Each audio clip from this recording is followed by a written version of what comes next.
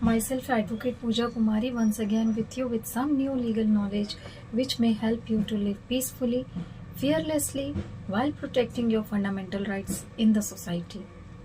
परसों मुझे किसी की कॉल आई यूपी से, जहां पर मुझे बताया गया कि एक मैरिड कपल को पुलिस अरेस्ट करके ले गई है और उसमें जो पुलिस है उन्होंने ग्राउंड्स बताए कि लड़की के जो पेरेंट्स है उन्होंने किडनैपिंग और मिसिंग की कंप्लेंट लड़के के खिलाफ दर्ज कराई है। और ऐसे केसेस में पुलिस अक्सर जो है लड़की की स्टेटमेंट लेकर डिसाइड करती है कि ये किस टाइप का केस है, मैरिज वैलिड है या नहीं है, किडनैपिंग है, मिसिंग है, क्या है। तो आइए हम सबसे पहले जानें कि इस मैरिज में क्या हुआ और क्या होना चाहिए था, क्या हो सकता है। सबसे पहले इसके लिए हमें जानना होगा वैलिड हिंदू मैरिज के ग्राउंड्स। तो फर्स्ट जो ग्राउंड है हिंदू मैरिज एक्ट 1955 के हिसाब से वो है sound mind. Sound mind means जो आपका जो माइंड है वो कॉम्पिटेंट इनफ होना चाहिए कि वो सोच समझ सके, डिसीजन ले सके, मानसिक रूप से संतुलित होना बहुत ज़रूरी है, जो फर्स्ट आपका ग्राउंड है। सेकंड है एज होनी चाहिए लड़की की 18 और लड़के की 21। थर्ड है कि जो शादी है वो फ्री विल से होनी चाहिए, बिना किसी दबाव के, बिना किसी डर के शादी लड़का लड़की दोनों अपनी मर्जी से कर रहे हैं तो वो वैलिड शादी है।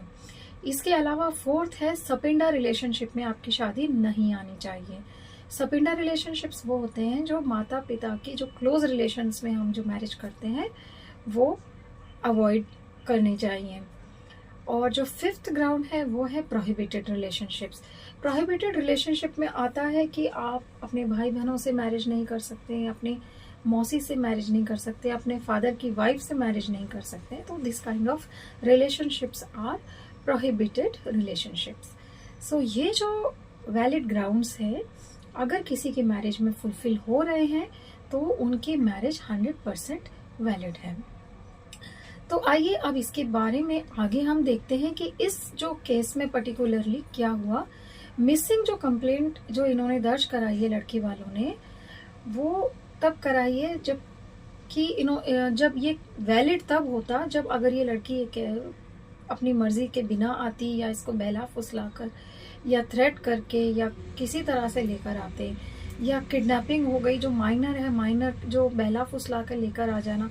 लेकिन अगर यहाँ पर लड़की अपने आप से बता रही है कि मैं अडल्ट हूँ, मैं 18 साल की हूँ, मैं अपनी मर्जी से आई हूँ और मुझे किसी ने बहलाया फुसलाया नहीं है, मुझे किसी ने डराया धमकाया नहीं है, मैं अपनी मर्जी, अपनी स्वेच्छा से, अपनी फ्री विल से इस लड़के से शादी करने के लिए मैं आई हूँ और अपने माता पिता का घर मैं अपनी मर्जी से छोड़कर आई हूँ, तो ये जो शादी के जो ग्राउंड्स है वो कंप्लीट हो जाते हैं। और इसमें पुलिस आगे की कार्यवाही बस यहाँ तक करती है कि लड़की की स्टेटमेंट लेकर उसमें एफआईआर रिपोर्ट लगाकर उसको क्लोज करती है।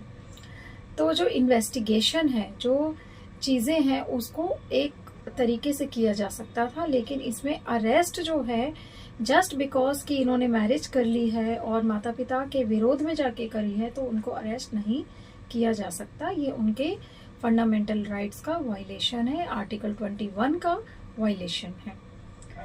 आज के लिए बस इतना ही। आगे फिर मैं new knowledge, new legal concepts को लेकर आपके सामने फिर से आऊंगी।